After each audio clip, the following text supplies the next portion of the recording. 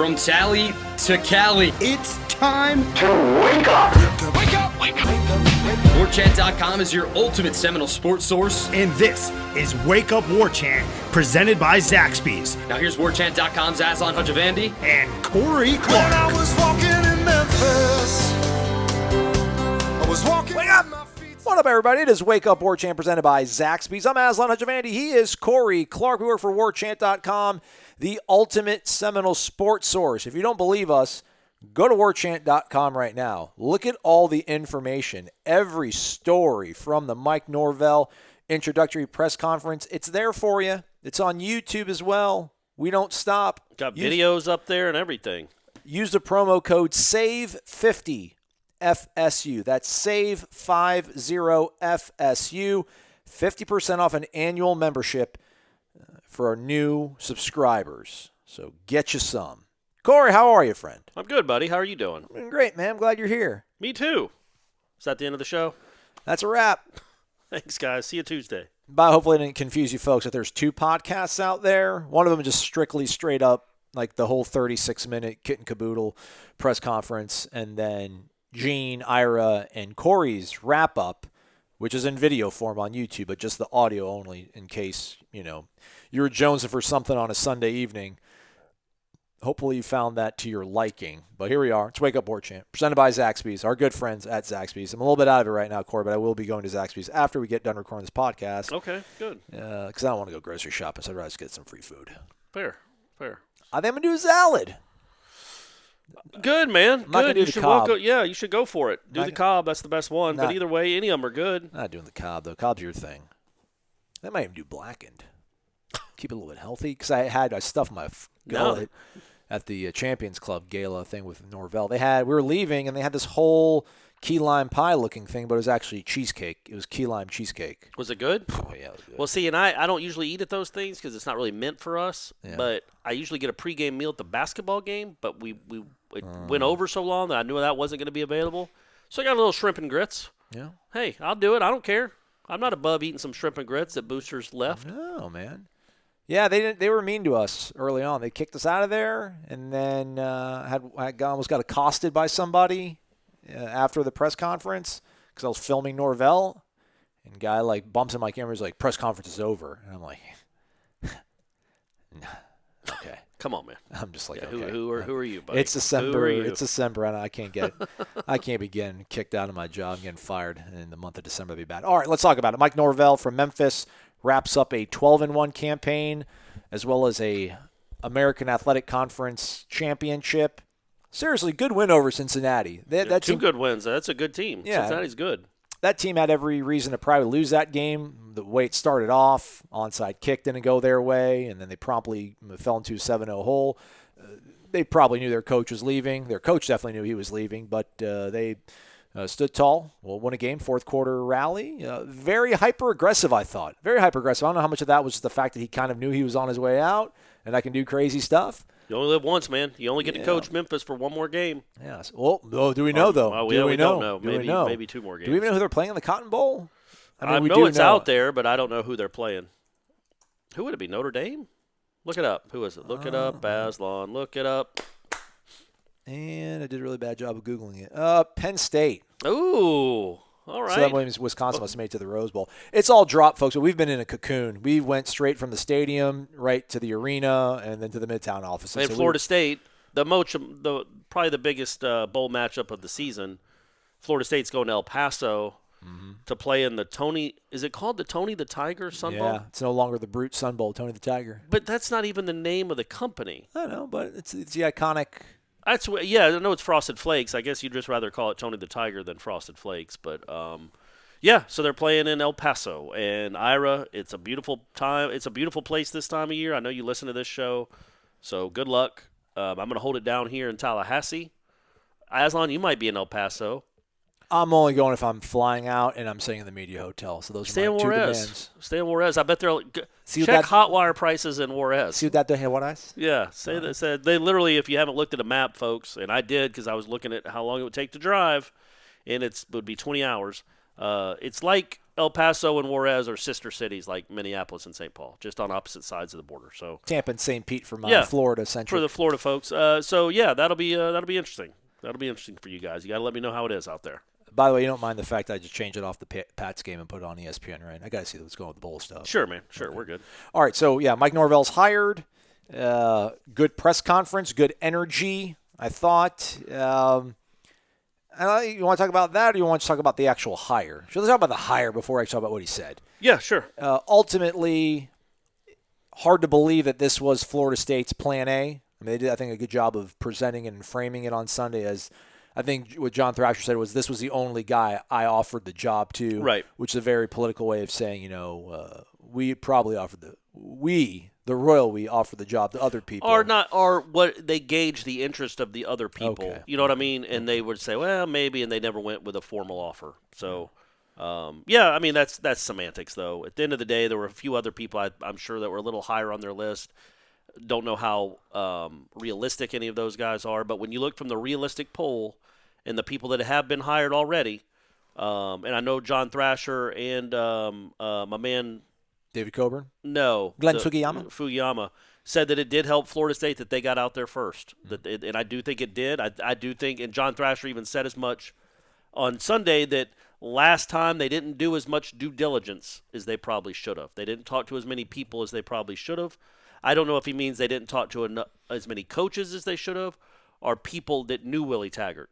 Maybe gotten some more feedback about what kind of coach he might end up being.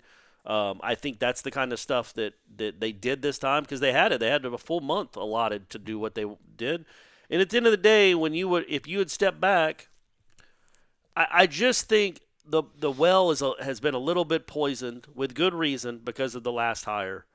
But you just hired a guy that won 12 games and got to the Cotton Bowl at Memphis, like literally led Memphis to their best ever season in his fourth year. It wasn't like he took Fuente's guys and turned that into it wasn't like he did Larry Coker and took all of Butch Davis's players and made a great team.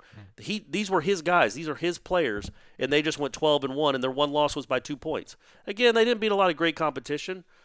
But apples to apples, the level of competition it's not like Memphis has a ton of great players either, and they went 12-1. I think that's something that you could be excited about. I think the things that people say about him should get you excited, and I think if you watch the press conference, that should maybe get you a little excited. I know it's cautiously optimistic, but I mean, 12 wins is nothing to sneeze at, man. That's a good season. That's an all-time great Memphis season, and those don't come by accident. They just don't. I don't think those come by accident. He was 12-1 and really close to being 13-0 in his fourth year. Now, the flip side is that is, well, in Willie's fourth year, he was, 10-2? That was USF, but that was like But yeah, that's what I mean, the same conference. Okay. No, I think it was his seventh year coaching, but I think it was his fourth year at UCF. Well, this is Norvell's. I mean, this is his second head coaching job. Memphis is his first. Right. So, but if you're comparing those two resumes and trying to be skeptical, that's a good reason for skepticism. Is Willie Taggart had a really good fourth year at South Florida too. After they were horrible, he turned them into a 10-win program. So we'll see. But when you look at how Memphis, their last two games were both against Cincinnati, right? Yeah. Beat them, obviously beat them both times, and they're going to play in the Cotton Bowl. And I'm just telling you, folks, if Florida State had played Memphis' schedule, they'd have a better record than 6-6. But it wouldn't be 12-1. No chance. So I do think if he can get to 12 wins with Memphis, he could have gotten 8 wins with this Florida State team. Maybe that's what you're thinking. I don't know what his ceiling is. I do know that I was impressed with what I heard on Sunday, though. And I'm impressed with what he's done at Memphis. All right, well, I wanted to talk about the hire, but we're already kind of going right into what talk he's about it. Well, I just think ultimately, again, I think best case he was plan C. He was your third option behind Stoops and Franklin. But those are huge, galaxy superstar asks. What was more rational? I think actually maybe one for Stoops was more rational than James Franklin. And then, again, the Tuesday setting up of a stage at the very place where they announced him on Sunday and then breaking that down means they thought they had somebody ready to go. Now, was it maybe Stoops or Franklin? I don't think it was. I think it was another person. I think it was probably Matt Campbell. So at that point, you're now down to your fourth option.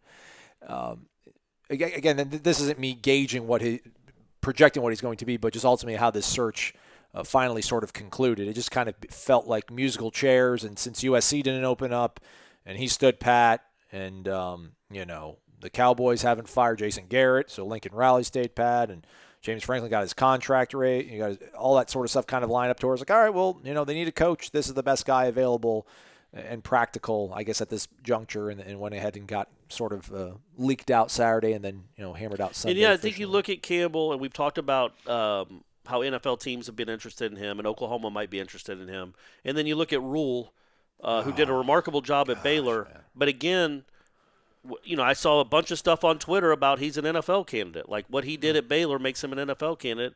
So if that's the case, if you're trying to fight for Matt Campbell with Oklahoma or the Cowboys, you're in trouble. You're not going to win that battle. Same with Matt Rule. If you're trying to battle the NFL, he's not really a viable option either.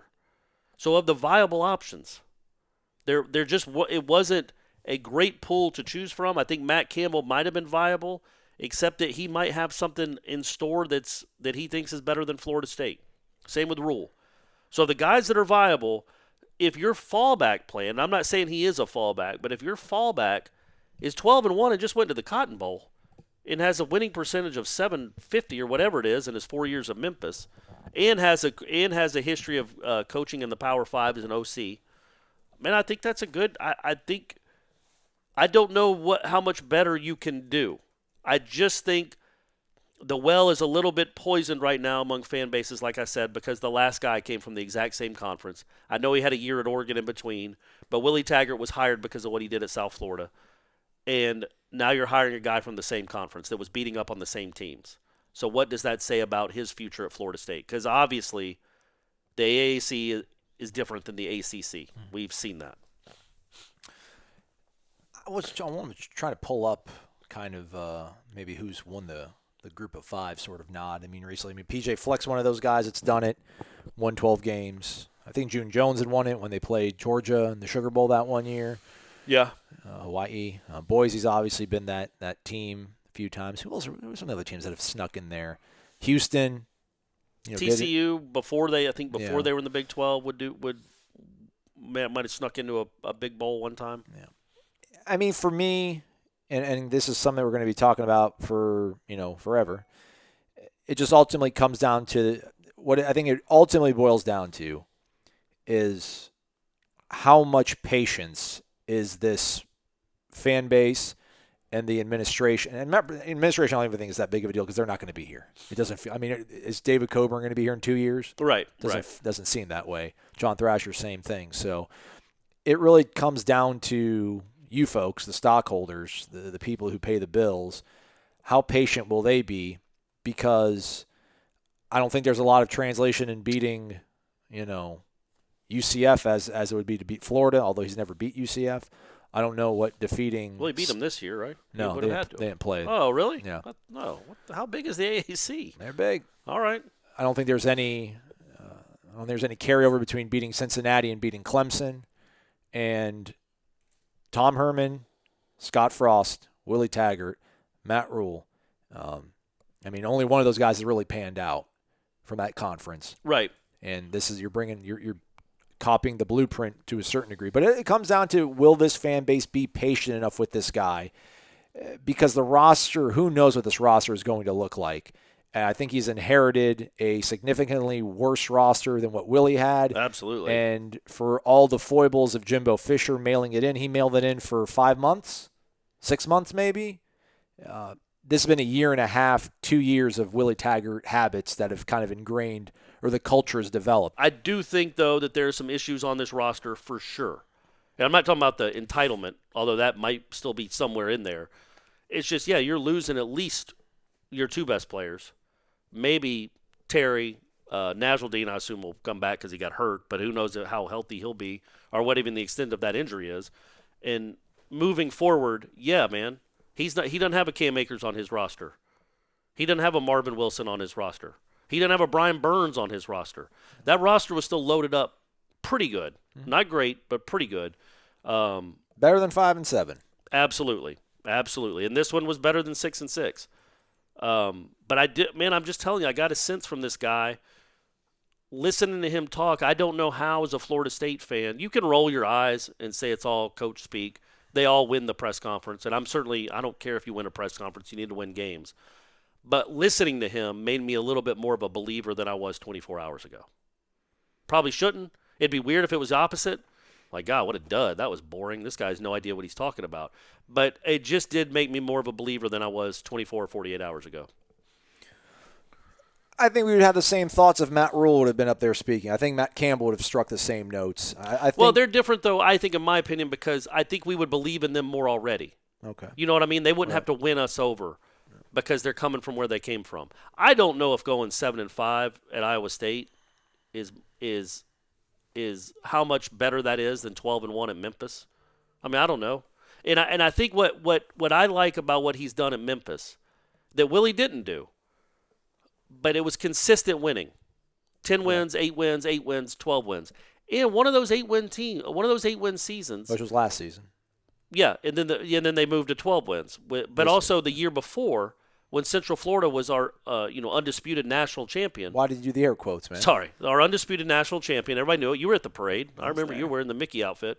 They lost to that team by a point in the championship game. They played Central Florida better than Auburn did. To me, that's encouraging, right? They played them twice. The first time they got rolled. Mm-hmm. The second time they played them, they were within, I don't know, a minute of winning that game. To me, that tells you that you got a coach. They can adapt. They can make adjustments. And I think, again, that's a good sign. I mean, I think him beating Cincinnati on Sunday, and I don't really know how good of an offense that Cincinnati team was. But that's a good defense. Yeah, but I mean, to win a game that you, again, and I know it was at home, but when you got a foot out the door, and we've seen how coaches look in those sort of games, look at the 2001 Orange Bowl, 2000 season, which, by the way, we need to figure something out about that. Just I hate calling like that was the 2000 Sugar Bowl is Peter Warwick's. Yeah, it's the 99 Sugar. I know it was played in 2000, but it's the 99 season. Yeah, they've always gotten that wrong. I think winning the game Sunday or Saturday the AAC championship. I think that was a really good win just because again, I mean, man, you could have mailed that in. Not even so mailed it in, but you could have all that anxiety about worrying about your next job and moving your family and finding a new staff and oh my God, I looked at tape from them. They're terrible. I got to take over this program now. All those sort of things kind of hovering over your head, and you're able to kind of get the best out of your team. And, I mean, they played pretty good. I mean, offensively, they moved the ball.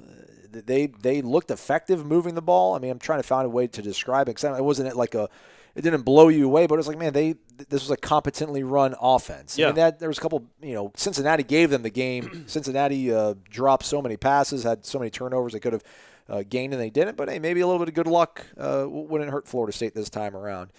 But yeah, I mean, the way he spoke, I listened to some of his other press conferences before, and I'm just like, it just didn't strike to me as a really compelling, captivating, motivational kind of guy. I'm not talking about motivation like Tony Robbins, but just somebody who speaks with authority, speaks with presence. They're like, okay, man, like, hey, everybody, listen up. Like, he walks into a room and just the way he talks, you kind of just stand up a little bit more. Like, all right, like this guy knows what he's doing.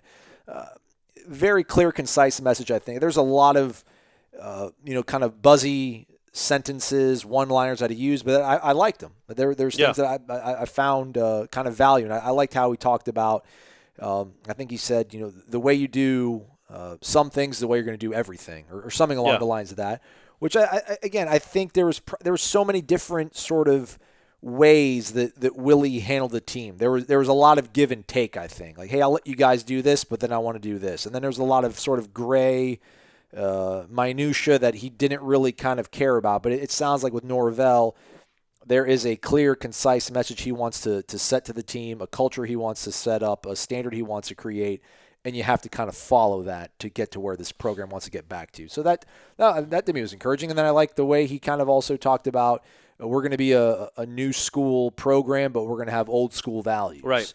He talked about toughness. That's a word that I want to hear. When I'm hearing a football coach talk, like toughness needs to be the word that's coming out of your mouth a lot, especially at this program, and that feels like what they've lacked. But, yeah, I mean, to your point, I do feel better about Mike Norvell as a head coach, as a leader, after that sort of press conference than I did 24 hours prior. Well, and also the things that there was substance to some of the stuff he was talking about. I thought that wasn't just flash or just one-liners, because he talked about special teams, and I know it's special teams, but he talked about how he thinks that special teams is the backbone of a program. Yeah, you guys love that one. Man, I'm telling you, because he's right in the sense that if you're good at special teams, it means that the whole team is bought into it.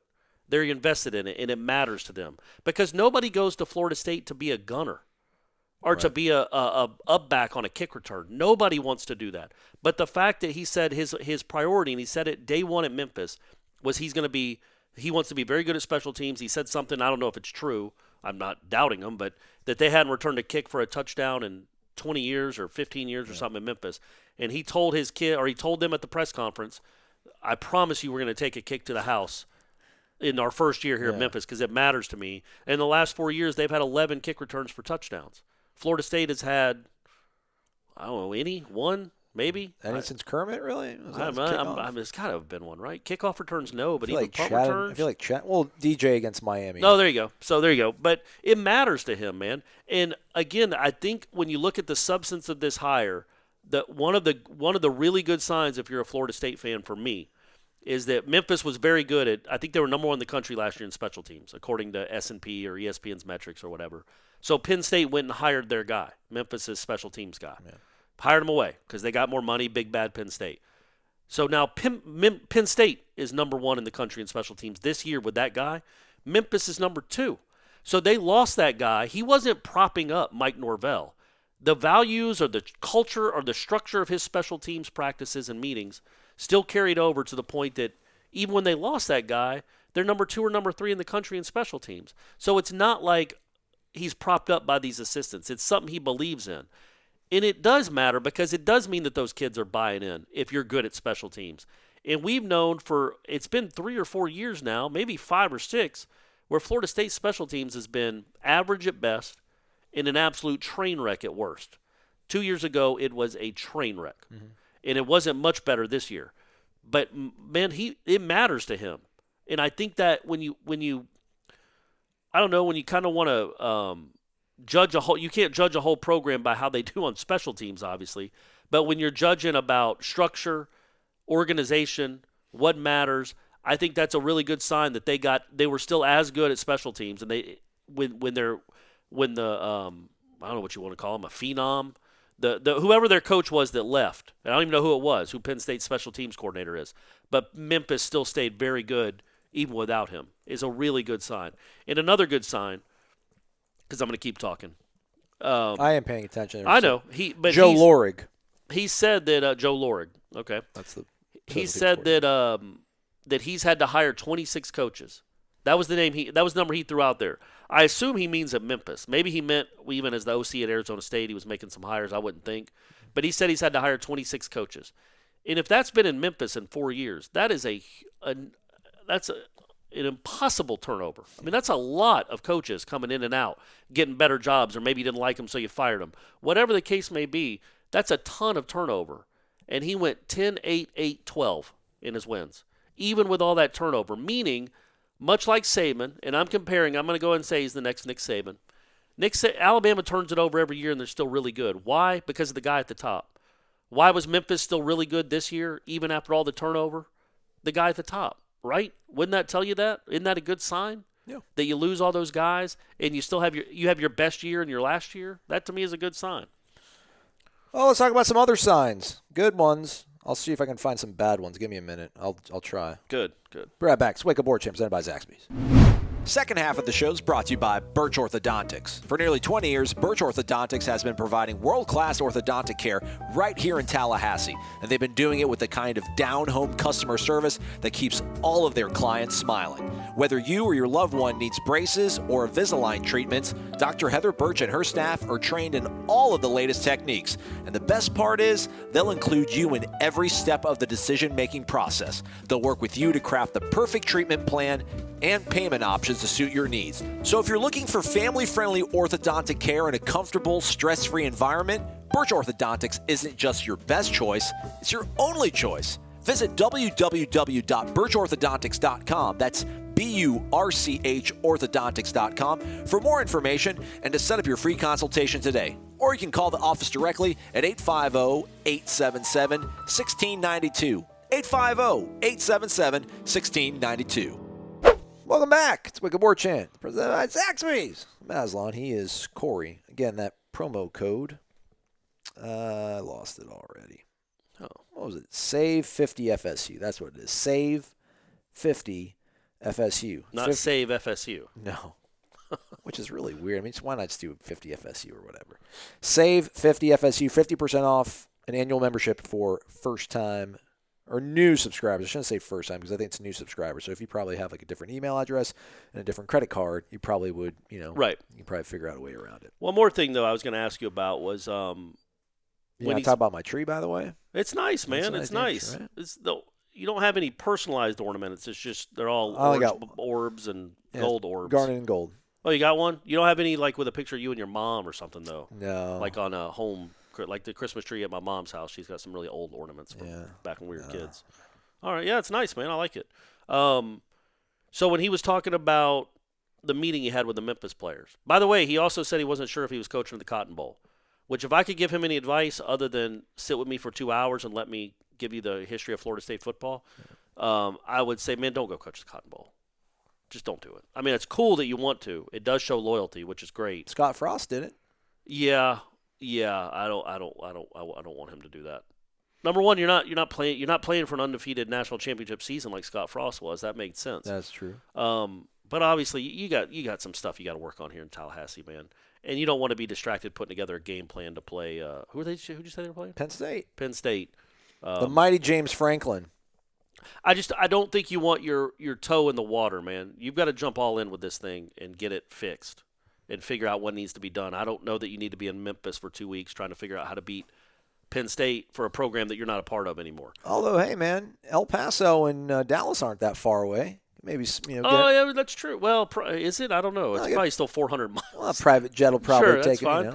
Yeah, that's true. He'll still be in the same state, so that's fine. So do what you want, man. But when he talked about that meeting with those kids and the fact that he said it was very emotional. It was the hardest thing I've ever had to do. He goes, but they were all understanding. They were happy for me. He said there was a standing ovation at the end, which to me really caught my ear. Like that was. Again, it's Memphis. It's not Florida State. It doesn't mean that he's going to be a huge home run success at Florida State. But the fact that those players, they had to be a little angry and a little sad. They got to the Cotton Bowl for crying out loud. Memphis, they're in a New Year's Six Bowl. They just won their conference for the first time. And then the very next morning, there's a team meeting where the head coach is leaving. I get that there's probably some sadness and some anger there, but that they could still be so happy for him that there's hugs, there's an ovation, there's high fives. That to me says how he connects with players. And if you can connect that way with players, they'll play harder for you. I truly believe that. So that to me is another good sign. Being able to survive all the turnover with the coaching staff, being still really good at special teams when you lost the special teams coach, and then the players in that meeting, all three are really good signs, encouraging signs in my eyes of what this guy could potentially build. Also, 8 FBS programs have scored 30 or more points in 70% of their games from 2017 until the present day. Memphis is one of them. Yeah. So, with who? Who else? UCF. Okay. Oklahoma, Oklahoma State, Alabama, Ohio State, Clemson, and the FAU. Yeah, those are pretty good. That's pretty good company to keep. Yeah. I mean, again, I just think if this same setup had been the guy right after Jimbo, if Taggart hadn't ever happened, and then in 2017 you were going to get a guy that had just sent his team to the Cotton Bowl and won 12 games, had this record, had this pedigree and this resume, had been the OC at Arizona State for 4 years or whatever it was, I think Florida State fans would be genuinely excited, especially after watching him in the press conference. But now I get it. There's nothing he can do until next fall that anybody is going to believe in. And even then, it's going to be hard to turn the ship around, man. I think, again, you're looking at best 7 or 8 wins, which means you're looking at 5 losses again. And this program is tired of losses. But, I do think another cool thing about him is I truly believe he thinks he's the best guy for the job. Like, he really likes himself. And I'm not saying that sarcastically or as like a negative. I like my athletes cocky, and I like my coaches cocky. And my man said it multiple times, you've hired the right guy. I'm the right guy for the job. That's really, really encouraging. He believes in himself and his message and his vision. I think he also said at some point, right, he wants to be the guy that brings this place back. Yeah. Like, so he embraces, I guess, the challenge ahead of him. Yeah. Yeah, and it's just different, too, because Willie was taking over for a program that had just been in the Orange Bowl less than a year earlier, had been in the Orange Bowl. Now, that the season in between was not good, but they had just tasted the Orange Bowl and beaten Michigan less than 365 days ago. Well, now that's 1,000 days ago, and they've been dog poo. I like diddly better. Yeah, diddly poo. You can't be diddly poo, though, can you? You can be dog poo. That now it's a different program that he's taken over now.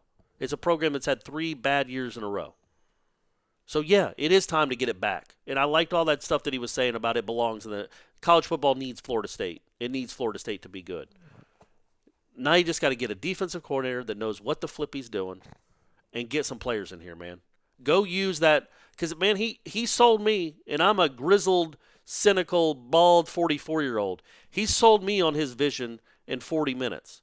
Now go start selling it to 18-year-olds, man, and get this place loaded with football talent again.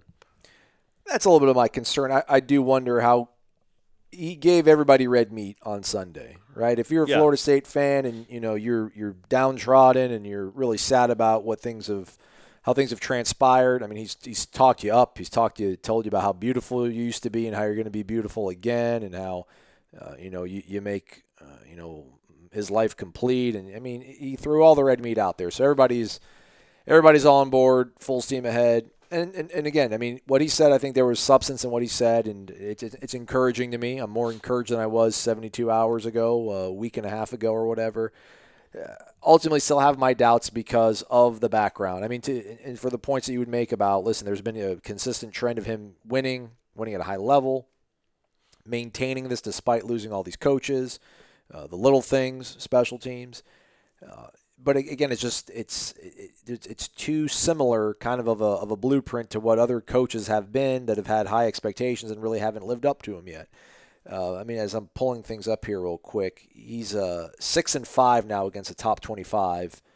He was 4-5 until he beat Cincinnati these back-to-back times. He's 3-4 against Power 5 teams, 0-3 in bowl games.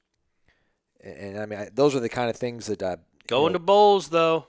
Yeah, going to bowls. Let's go to bowl games. That is a good thing. Who knows? Maybe go 1-4, beats Penn, or 1-3 if he beats Penn State. If he's there, yeah, that's right. That would be a big one, and it would pump him up on the ranked team. How he's done against and ranked the Power teams. 5 thing. One good thing though is I think he's only recorded 2 wins of his 30 maybe that he has now at Memphis, or more than that I think. But he's only had 2 wins against 38-15. 38-15. So only 2 of them have been against FCS opponents. Yeah. So it's been mainly, Power 5 teams. He's plucked up, knocked a couple off. And the losses are to good teams. Like the losses, I think you could imagine, or you could say for the most part, have been to teams with more talent. Right. Like if he's on equal footing, if he has more talent than the opponent, or has equal talent to the opponent, it seems like they win most of those games, right? I mean, at least since he's been there. Like Central Florida, he lost to twice. They weren't as good as Central Florida. He lost to Ole Miss. He's lost those Power 5 teams that probably have more talent than him. I would say in games where he has similar talent, he's been in the conference championship game every year, right? That he's been there except one? I think like the last 3 years in a row. Least, yeah. So he's beaten the teams that he has more talent than. That's a good step. It's a baby step. Just get Florida State to do that. Oh, stop saying baby steps. Just get Florida State to do that. Just beat the teams you should beat. Just do that, and you're going to get to 8 wins. And then after that, you can build on that. Yeah, again, there's nothing that all this is proven, and we know that because you brought up those names, Herman, Frost. Those were huge names, huge gets. Now, Herman did get them to a Sugar Bowl win. They won a Sugar Bowl just last year. Yeah. So he's had some high moments in Texas, and then he comes crashing back down to earth. There's just no way of knowing. This guy literally could be the best coach in America. We just don't know it yet, and we're about to find out. Or he could be in over his head. I don't get the sense that he's in over his head, though. Ultimately, I think it's pretty safe to say that this is going to work out better than actually. I think he has a better vision and a better understanding of how to go about accomplishing it than Willie Taggart has. Yeah. But again, I think this is going to be a bad roster. I don't know how many guys are going to lose in the portal. I don't know how many guys are going to be able to replace by going to the portal. the recruiting. And I think, Ira mentioned that, Willie was able to kind of put 2017 or the 2018 class was actually pretty good, all things considered, with the short turnaround because Willie was able to bring some guys with him from what he had at Oregon, which is true. But I think what really kept that thing afloat was that there was still a lot of good prospects committed to the program because of what Jimbo had accomplished. Yeah, it was like Asante Samuel, Robert Cooper, like those sort of guys were. And, Robert Cooper was an Odell guy, but a lot of these guys, Jimbo kind of found and had them committed for a long time. So Willie was able to keep them in the fold.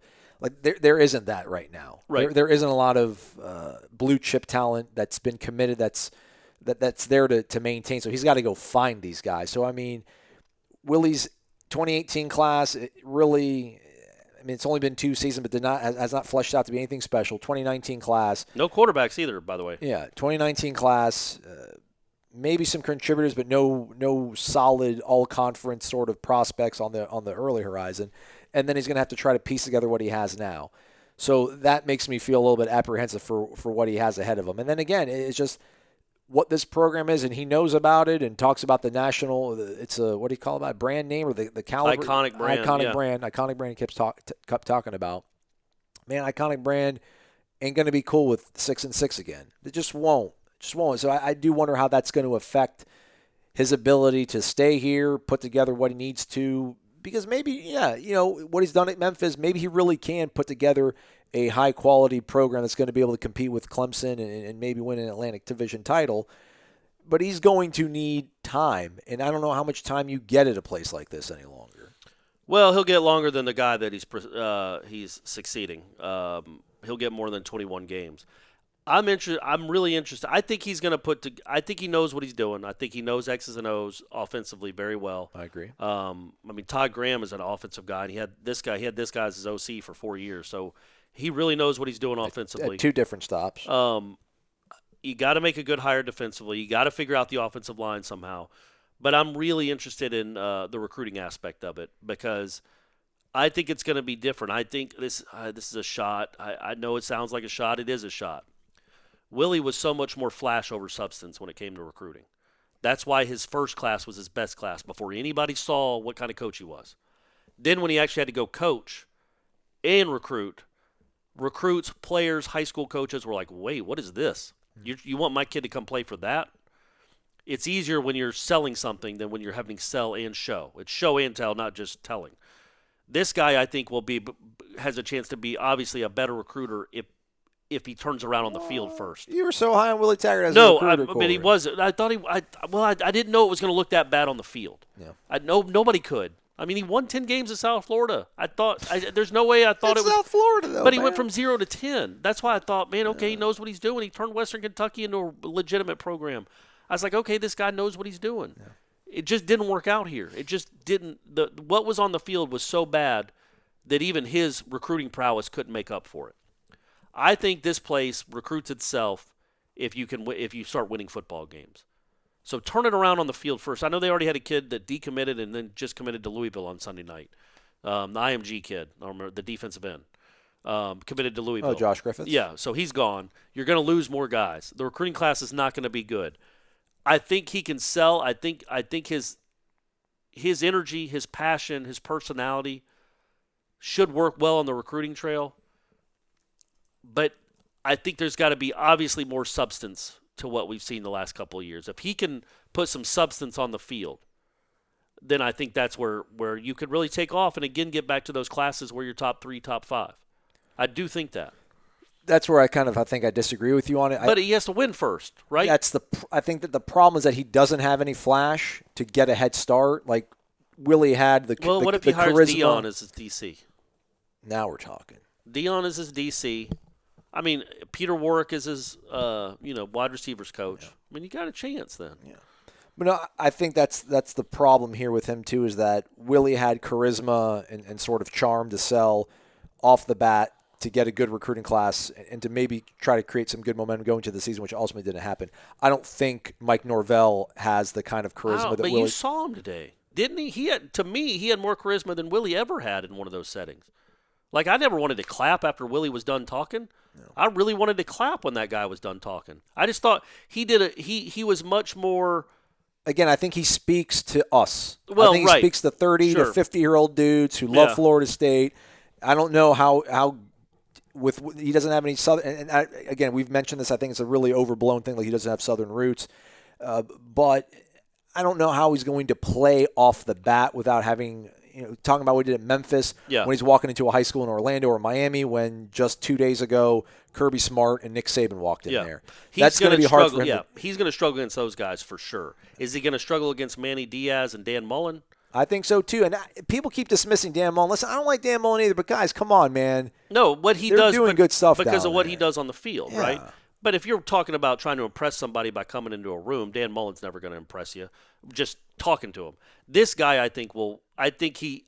obviously he's more personable than that guy. But yeah, they're not going to buy in until they have something to buy into. And it can't just be words, because all these high school coaches, all these prospects in Florida for the last 3 years have just been hearing words. Well, Jimbo, they didn't hear anything from. But the guy after that last year. But they didn't, it's been you got to figure out a way to build these bridges back between Florida State and these high school prospects, these 5-star super-duper ones, because they weren't even in on any of them. No. These last 2 years, really. They just weren't in on any of them. I do think this guy – I think he's going to be the kind of guy that's going to finish second a lot in recruiting initially. You'd rather finish last than second because it's more painful. But I do think he's going to – Wait, what? I think he's going to be the second choice for a lot of big-time prospects. Oh, okay. I think he's going to make Florida State, who wasn't even on some kids' radars. Right. I think moving forward, until they figure it out on the field, I think he's going to be a guy that they really want to go play for. And he's going to be able to show them. Because he even said it. He's like, I'll put on the film and show them how I'm going to use them. Mm-hmm. And I believe him that he would do that. Well, everybody does that. Did they? I don't know if Willie did, but I'm saying every other coach is going to be competing against. Dan Mullen's going to show you how he's going to utilize. Sure, but this guy's offense. all fired up, and he's not an ass like Mullen. So I think he'll talk to these kids, and I think they will be able to relate to him, and I think they would be excited to play for him. But I think that if it's between Florida State and Dabo, man, sorry, I really want to play for you, Coach, but I'm going to go to Clemson. I think that would still happen until you turn it around on the field. But you need to beat Miami for kids. You can beat for Florida for some kids. You need to lock down the state. That's not going to happen, obviously, overnight. But that's the goal. That seems to be his goal. And I was – because I had watched those press conferences too. And I wasn't blown away by that dude watching him talk. But then I'm just telling you, man, being in the room with him. And again, he was talking to the right audience. People that have grown up on Florida State football that are nodding their heads like, yeah, absolutely. It does deserve to be back in the elite. It needs to be back there. But I just thought the way he talked kind of won me over a little bit. Like, okay, man, yeah, he's saying all the right things. And it's not just that Florida State deserves to be great. It's here's what I'm going to do to make it great. And he believes in himself. You know how it is when you're asking a girl out. If you're asking a girl out and you don't believe in yourself, or you're like, oh, excuse me, man. If you don't have any confidence, they're going to be like, get out of here, loser. But if you're like, hey, you and me, Applebee's, Thursday night, Zaxby's Thursday night, they're like, oh, okay, all right, he's taking control. I just think I thought he was going to be kind of an X's and O's nerdy dude. And he's got some of that in him.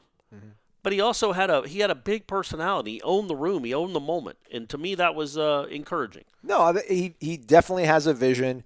He has an idea of what he wants his program to look like, and I think he has real ideas about how to go about getting that done. And I think he articulated in a very good way. Yeah, I was impressed kind of with his delivery. I thought the enthusiasm sometimes was a little too much. Kind of sounded like he was over the top, like WWE kind of stuff. Like, hey, man, grab the mic. But what we've gone the last 2 years.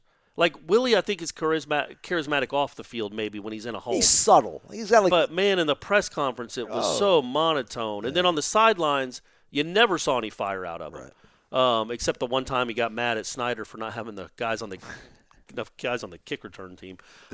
You just never saw that out of him. And I think Florida State fans are so just like it's almost like he's in the middle of Willie and Jimbo. Like, Jimbo would go off the rails in his press conferences, but he was an excitable person and had a big personality.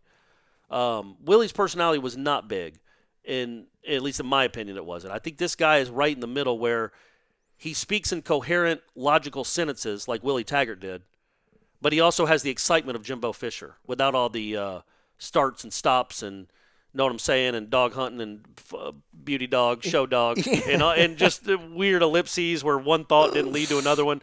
So he seems like he's got the best of both of them there in that press conference anyway. So, the TV guy didn't mind Jimbo, but I think when you're a writer and you have to transcribe stuff, it's just a nightmare. But with TV, you're like, whatever, just run it. Run the 45 seconds run of it. that. Just run it. It'll make sense. Yeah, I mean, again, that's just I think about this defense. I think about who's going to be on the defense, and I don't care if he does bring Dan Lanning from Georgia. It's just going to be a tough ask to get this thing turned around quickly. And again, you're not going to have the sizzle to sell off the bat to this recruiting class. And if you come out the gate at 6-6, what's your 2021 recruiting class going to look like? And I mean, that's kind of that's the apprehension I kind of have for him, because I think he's a sharp guy. I'm sure he's going to probably put together a pretty good coaching staff. Chris Landry from LandryFootball.com tweeted something out on Saturday night saying that he's heard there's been a kind of a long process of Norvell figuring this stuff out in terms of who he wants to bring. So that's we haven't even talked about that, but that's the biggest thing, right? That's more important than even the recruiting. Get you a staff that knows what the flip it's doing, because where Jimbo failed at the end of his tenure and where Willie failed for his entire tenure was the coaching staffs. These kids weren't getting coached well. Again, look at Jimbo's last class and last coaching staff and how many of those guys are coaching anywhere in that same capacity. Almost none of them. And then Willie's staff, who are those guys? Where are those guys going to go? I don't know where Harlan Barnett's going to go, but that was a bad hire. Raymond Woody was a bad hire. They did judging what they saw on the field. Alonzo Hampton was a horrible hire. Mark Snyder's probably not a good hire. Not a great hire. Just judging what they did on the field by not that they don't know what they're doing and they don't have an acumen for football. Just the results showed that those were bad hires. Those position groups were not well coached, almost any of them. So get you somebody that knows how to coach football, man. And he says, he says one of his greatest strengths is evaluation. And I don't think he just means players. Evaluate coaches that know what they're doing. And if you can put together a solid staff, or not a solid staff, a good staff. He kept saying they're going to have the best coaching staff in college football, or one of them, which is a good goal to have. Just have guys that people want. Like, wouldn't it be refreshing at the end in December one year for a Florida State fan to be worried that somebody's going to swoop in and take one of their coaches? We've never had to worry about hadn't happened that, right? since Charles Kelly to Auburn? 6 years ago, 5 years ago, whatever that was. Yeah. Like, that never happens anymore. There haven't been any really good assistant coaches here in forever. And I don't even think Gus really wanted. I think Gus just wanted payback for the national title game, and he knew Jimbo would be like, I'm gonna bluff Jimbo. Yeah, I'm gonna make him pay Charles Kelly. Yeah. Watch this, and it worked. And he got Kevin Steele, and he's doing all right, man. He's doing all right. I think one thing, I know this probably doesn't make sense to go back to. I thought a cool thing that he mentioned was being honest about the timeline. I'll go back to that. Let's keep going with the coaching staff. I'm sorry, my bad, Corey. Another thing that really factors into this whole entire conversation, we've gone like an hour into it, is the contract. And I think it's been said that it's going to be a 6-year deal. I think you tweeted that out. Did you talk? 6 years, yeah. It's 6 years. We didn't get an official price, but it sounds like it'll be less than 4. Which I think is amazing. Yeah. That's the huge sell. And I think maybe, I don't know how much I would that affects. assume there's some provisions in there too, depending on escalators and escalators, depending on what they do. Which I think that's fair. That's absolutely fair. Win 10 games, we'll give you an extra $200,000. It's amazing to me if that's the case. I think what Gene was telling me on Sunday afternoon was he heard it was like 3.75 a year, which I'm like, what? That he realized that they were paying the guy before him 5. Like, how can you take a job and know that a guy failed in pretty magnificent fashion, and you're going to take 30% less than he was making? That to me is crazy. I think it'll probably same agent. It's incentivized. The contract, I would imagine, is probably pretty heavily incentivized. Like you get to a New Year's Day bowl game, extra $1 million, whatever it might be. Yeah. And this guy, bowl game, $1 million. Bowl game, sure. Yeah. Bowl game outside of El Paso. 1.2. Bowl game in a city with a population that exceeds 95,000. Just keep us out of Shreveport and El Paso. But, yeah, I think it's going to be heavily incentivized. And also, this guy believes in himself, man. I'm telling you, this guy thinks that in 3 years they're going to be paying him $6.5 million, or he's going to be going somewhere else. I do think he believes that. I'm cool with it. Which, again, you'd rather that than the alternative. You want a coach that believes in himself as opposed to, man, here goes nothing. I'm going to try, guys, but holy moly, it's gonna be rough. I mean, that's what we're kind of always irked me a little bit was that Willie made 5 off the bat, which I understand they had to kind of do that to get him away from Oregon. But like the guy, he was at Oregon too, right? He wasn't at Memphis. But the guy who just walked away and won us a national championship was making the same amount of money. Yeah, and I think the thinking there though is they didn't have to pay a buyout, so they were just they're the same. They were basically paying the head coach the same amount of money they were paying the same head coach. They didn't have to go up. The budget stayed the same there. You just got a lot less results for that money. Well, it was that, and then the guy that was paying an offensive coordinator $650,000 a year to do nothing, to not call plays, and you're going to call the plays. And then this year you have to pay 1.1 to an offensive coordinator, and you're not calling plays, and you're not managing the game well, and you're making $5 million a year. Like, to me, it might be it's going to be easier to swallow a 31-26 loss to Louisville when you know that your head coach only making 3.75. Like, that sounds, people might not believe it, but it will be. That will affect the way that I sort of gauge what's going on right now, because I know one of the guys that was tweeting like pro Stoop stuff earlier in the week or last week. Where'd those guys go, by the way? Oh, man.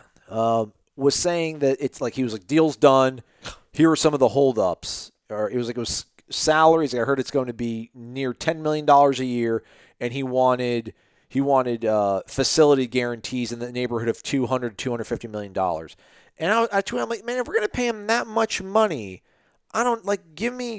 just spend 3 and give me Lane Kiffin or whatever. Right. If you're going to spend $10 million a year to get Bob Stoops off of a couch and commit to him, they're going to make a $200 million spaceship for him. Like, come on, let's get real. $375 over 6 years, I think, is really practical.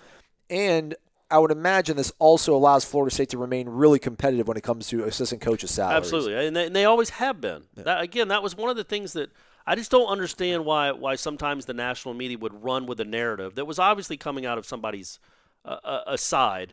But Florida State, when Jimbo left, they had the 6th highest paid coaching staff in the country. 6th. And all we were ever told is how Florida State wasn't willing to spend. Jimbo wanted to go somewhere where he had a blank check because where he'd been, he was tired of fighting because he never got the money. Florida State was trying to do it on the cheap. Well, they were trying to do it as cheap as possible, I guess, but they were paying a coaching staff that had Lawrence Dawsey, Rick Trickett, Charles Kelly, the 6th highest paid coaches in the country. Yeah. Like, they weren't doing anything on the cheap. They could have gotten a lot more for a lot less money. And, going back to the money aspect, the whole Renaissance letter, there's not schools of thought, but there's two competing, they're not even competing ideas, there's just 2 ideas. Obviously, the Renaissance, the whole letter that Thrasher talked about, a Renaissance in Florida State football, investing, we need your money, we need the 20% increase or whatever it was, I think it was that. No matter who the head coach is, you want that. This is a really important time in Florida State football. You've got to pay this crazy buyout, you've got to build this football facility, and you've got to lock up a really good coaching staff. It's a lot of money that needs to come into play. And, yeah, Florida State needs to pony up. The people that matter, the people that pay the bills around here need to pony up, or you can get used to 6-6 seasons. I think that was the message of the letter. The timing of it, though, if you're going to send that letter and it has nothing to do with trying to buy Bob Stoops a spaceship, then don't send the letter in the middle of the coaching search. Why not send it tomorrow? Wouldn't that have been a better play? Let the coaching search happen, hire Norvell, and then the very next day, all excited because you've hired a guy you believe in, then ask for the money. When you ask for the money in the middle of the coaching search, it looks like the money is for the coaching search. Yeah. And if it's not, and so that makes it look like you struck out on Bob Stoops wanting $10 million a year. You know what I mean? Right. So I don't know why they sent it when they sent it. I assume it was just for the football fund, general football fund. We need a lot of money to stay competitive or to get competitive again. So I get that. It's just when you do it in the middle of the coaching search, it looks like you've locked in on somebody that you need to pay $10 million a year to. And obviously that wasn't the case. Also, so they're going to be playing the Arizona State kid, right, that almost came here. They recruited. Jaden Daniels, yeah. All right, good. Going to be playing Herm. Good old Herm. Yeah, I also do wonder, some missteps, obviously, along the way. Not a ton, though. For one that was a 5-week-long search, not a ton of missteps. I thought the timing of the letter was a bit of a misstep if you're not making a huge splash hire. And then, obviously, the paint in the field and the press conference 5 days before the press conference seemed a little – or getting the press conference ready and then nothing happening for 5 days was a bit of a misstep. I think announcing it on Sunday at noon was a little bit weird. Probably I think they should have waited until Monday. Go for it. I get what you're saying because you're not getting any news at all. Like we've been watching this college football show on your TV for now, I don't know, 45 minutes, and I don't think at one time has it said Norvell hired at Florida State on the bottom line. But that's fine. Do it under the shadows. Do it in the shadows. Who cares? I mean, you'd like a little more splash, but at the end of the day, it doesn't matter much. Just get it going. If he's ready to start, let him start. And to that point, wrap things up here. Yeah, I think it is absolutely paramount that he figures out a graceful way to tell Memphis, like, thanks, but I just can't. Like, I got you to the Cotton Bowl. That's the important part. Right. Enjoy it. I really have to go figure this thing out. And I wonder how much. I don't really think Willie. Willie. I don't really know what Willie did in December of 2017. Maybe just focus everything on recruiting. I know he was in Shreveport, but it never seemed like he had a good idea of what that team was and what he was going to really have to do to change it around when spring came around. I mean, he mentioned he saw Tamorian Terry, walking around like, who's this guy? Who's this mutant? Yeah. Which, cool. I think most anybody would have noticed that. No, he watched practices, but he didn't conduct practices. Man, he needs and he's trying to. I should have wrote this down. Somebody actually conducted bowl practices like 2-3 years ago at a place. Like he left. I would absolutely do that. Yeah, because I don't really care about beating Arizona State. I think Norvell getting 15 practices to start installing like what he wants to do, even if it's going to jolt people's systems and be like, dude, we did not do anything like this the last 2 years. And be like, well, you got to start now. Yeah, let's start now instead of in the spring when you got classes going on. You don't have any classes to worry about. Let's just get this thing done. We're going to go to El Paso. We're going to survive this together. It's like the Junction Boys. Instead of wherever they were in Texas, we're going to go to El Paso, Texas, and we're going to really become right. We're going to practice on the dirt. Yeah. Only 32 of you are coming back out on the team. Yeah. Cam, you can stay here. Don't even bother coming back to Tallahassee. But no, it's going to be crucial for him to figure out a way to extricate himself from that situation, get started with Florida State, and then put together a coaching staff. And I would hope, again, to Chris Landry's tweet that he put out there, and that's kind of where I drifted off to a little bit there. When Mike Norvell was asked, and this I thought was a cool thing, he was asked, how this kind of all came about and the search of the timeline. And he could have punted and given some stupid answer, but he talked about it kind of worked up well to their bye week. And I'm looking at their schedule, and the Miami game was November 2nd. Yeah. So was his game. He had a bye week. They didn't play again until the 16th. So literally, he was one of the first people they went after. Yeah. Again, I don't think that's like sour grapes. Like, oh yeah, or not sour grapes, but whatever that would be. Where I don't necessarily think it's president speak or AD speak that he was one of our first choices.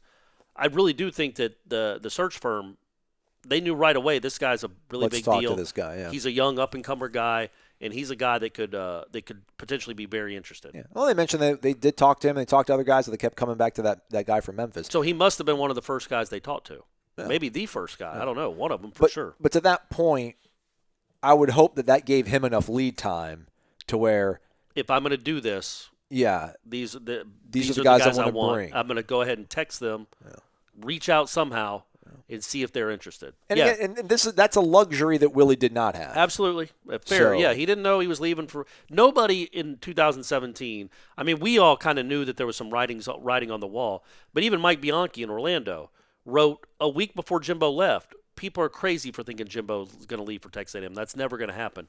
Like, people around the country really didn't give it a lot of credence that that anybody would leave Florida State for A&M. It was the boy crying wolf. It's happened so many Well, sure, times but also before. It's Florida State to Texas A&M. So nobody really believed that was going to happen. So everybody was caught off guard. And Willie, too. Willie had a month. What do you have, a week to put together a staff? Yeah. Norvell, you got to think, has been making some inquiries. I assume a couple of guys at Memphis will come with him. I don't know who. I mean, if he's had that much turnover, I don't even know if he has any guys. Like, He's got one guy. Who is it? Thankfully, he's his O-line coach. Oh, is it? Yeah. Okay. All right. Did he follow him from Arizona State? I don't think so. I can check that out, though. What do you think? Can you tell us anything about the defensive coordinator in Athens? I mean, he's good, but the thing you worry about there is, and you don't worry about it, you hope osmosis comes into play too, but how much is he really running that defense and how much of it is Kirby? I did see Kirby screaming at him on the sidelines, so that to me means that he does call the signals, because why else would Kirby scream at him? Or he at least has some duties. But yeah, I don't know how much is he really involved in the day-to-day of the Georgia defense. How much are his handprints on that, and how much of that is Kirby? But either way, just being osmosis, he's been around somebody that has built one of the best defenses. Kirby's been around great defenses for a decade, so he's been around somebody like that can only help. His name is Ryan Silverfield. He unfortunately has been named the interim coach. So that's fine. Well, that's kind of a bummer. But no, before that, he was coaching in Detroit. The Lions? Yeah. Oh, all right. That's really good. So, so he spent the last half of the 2015 football campaign with the NFL's Detroit Lions in a mid-season staff shakeup. Okay, so, and then he immediately went to Memphis and joined him on his first staff. All right, well, that's encouraging, I guess. And the reason their special teams is so good is because their special teams coach is Pete Lembo, who's actually a really good special teams coach. I think he was actually the head coach at Ball State. I'm looking up, and he left it. Be like, I don't even want to be a head coach at the MAC level. I'd rather go be a position coach. But think about what that says about him, about Norvell, that he takes a former college head coach and makes him the special teams coach right away, like as soon as he can. Now, I know Snyder sort of was, but was Snyder really the special teams coach? Because my man Willie kept saying, well, we all got certain things we work on. We do this, you do, we all help out. If you've got a guy that was a former head coach that you're dedicating solely to special teams, that shows you how much you believe in it. And it's not who was the special teams coach before? Who was Jimbo's last special teams coach? Was it Jay Graham? Was it? Running backs coach? No, that doesn't seem right. Who was it? Because we all made fun of him. And then Alonzo Hampton was worse. It might have been Charles Jay Graham. Kelly? Did Charles Kelly did it when they were really good. It also happened to be that they had a lot of really good players. Lembo left Ball State, and then he went to Maryland, and then he went to Rice, and then he was at Memphis. Oh, he's all over the place, huh? So maybe he'll be coming. But yeah, man, special teams is really important to him, Norvell, which is a good sign. Yeah. Graham served as FSU's running backs coach in 2013 and then directed the Seminoles running backs and special teams from 14 to 17. All right. Well, they weren't great. I knew something you did. You did it. You did it. Were you impressed with his earliest, fondest memory of Florida State? Nope, not at all. Couldn't say a name, couldn't say a game. That was bad. I asked him his first memory, and he said, when I was in 90s, guys, I probably shouldn't admit this. I think that's how he started. I wasn't going to talk about this, but no, which I thought he was setting us up for some really big, grandiose story. Yeah, I wore 55 because of Marvin Jones. But no, it was he had a Florida State 93 national championship license plate in his bedroom when he was growing up. As a boy from Dallas, Texas, it just shows you the iconic brand that is FSU. Yeah, that didn't move the needle for him. It's all right, though. That's fine. I mean, if he'd have just said, my favorite play was, I remember I fell in love with Florida State when Terrell Buckley did the fake fair catch against Syracuse, where he just stood up and then went through them and they beat Syracuse. All he had to do was say that, and we're all set. Right. Somebody in my Twitter was like, just mention Lamont Green. It's like, yeah, somebody like that would be Lamont. I was like, Rock Preston would be awesome. Here's the thing you got to remember. He's younger than I am. Yeah. I think, he's my age. He's your age. He's 38, right? Yeah. He should – who took it to the house against Michigan? Was it T-Buck? That was T-Buck, yeah. Amp Lee had a great day that day. Mention some of the Michigan game. That's just here's some – this was a really famous game in Florida State history. Todrick McIntosh ended it with an 80-yard punt return, 80-yard interception return off Gerbaugh. And then, couldn't catch his breath forever because he's not used to running that far. Gerback? Was it Gerback? Yeah, Elvis Gerbaugh. It's Gerbaugh, right? You said Gerbaugh. No, wasn't it Elvis Gerback? Is it not Gerbaugh? Am I thinking Harbaugh? Yeah. I think it's Gerback. Gerbaugh. It should be Gerbaugh. Oh, man. All right. That's just too much Michigan in me. Florida State fans, go to warchant.com. I'm not trying to brag on us too hard, but my goodness, I don't think there's anybody that's got as much content as we got out there right now. Corey's got a column. Ira, Gene, and Corey broke down their first thoughts on things. The entire replay, the press conference is up. Ira's writing a story about the search. He talked to Glenn Sugiyama. Yep. Assistant coaching updates are coming down from Gene. We have a recruiting update coming down from Michael Langston. All of it on warchant.com. Use the promo code SAVEFSU50, gets you 50% off an annual membership for our first-time new subscribers. So that's it. We'll be back. Hold on. And then I wrote a sort of game story about the basketball that's right, team. basketball. Sorry, guys. The women's team won at Clemson, so they're still undefeated. Probably Sue's best ever team. Big win against Michigan State during the week, and then beat Clemson on the road. And then Florida State came back. The men, man, they played not good at all in the first half against Clemson. They were down 6 at half. The defense looked like it did kind of against Bloomington. And then they really ratcheted up the defense. Polite had the best stretch of his career by far. He hit 4 straight threes. They hit 11 in the second half alone, Florida State did. And, one going away, they outscored them by 25 points in the second half. That was a really impressive display by a team that had, again, there's a lot of young guys. For them to rally like that after losing and then being down at halftime at home, to come back and just storm past them like that was really impressive. And now they don't play again for another 9 days. Yeah. They don't play again until December 17th. Which, by the way, that game apparently is an 8:30 game. It's UNF coming to town. But 8:30. Why'd they play an 8:30, UNF at 8:30? That should be at like 5 in the afternoon. Who was it that lost their mind over the late time? Was it Roy Williams the other day? Yeah. Making these kids play at 9 p.m. Hey, man, I get it. I'm with you. So that Florida State's now 8-2. Probably will still be ranked coming out. Losing at Indiana is nothing to sneeze about, nothing to get upset about. They're 8-2, and they're 1-1 in the ACC. So, and their next conference game, which might have something to do with us, is the same day as the Sun Bowl. Sorry, the Frosted Flakes Bowl. The Tony the Tigers. It's still the Sun Bowl, but it's just the Tony the Tiger Sun Bowl, like the Nokia Sugar Bowl. Frosted Flakes like Bowl. the USF&G Sugar Bowl. It'll always be the USF&G Sugar Bowl of this guy. I'm a Nokia Sugar Bowl guy. Right. That wasn't that when the Peter Warwick and all, wasn't that Nokia Sugar Bowls? Yeah, I'm always Nokia. I'm partial to Nokia. But I'm not going to call it. Who names a bowl after the mascot of the company? It should just be the company. Like, what's the mascot of, like, State Farm? Jake? Is it going to be the Jake Bowl? Jake from State Farm Bowl? The Gecko Bowl instead of like Gecko. Yeah, the Gecko Lizard or whatever that thing is called. The Emu Liberty Mutual Holiday Bowl. So it's the Frosted Flake Sun Bowl. But anyway, that is on the same day and the same time as the Florida State Georgia Tech basketball game on New Year's Eve. Again, so I'm wondering where you're going to be. Again, I will go. I'm flying and I'm staying at the media hotel. I'm not staying at some Juarez, man. I'm telling you, you could get on Hotwire right now and get a really good deal on a hotel in Juarez, and it's right across. It's like Ciudad de Juarez. 12 miles.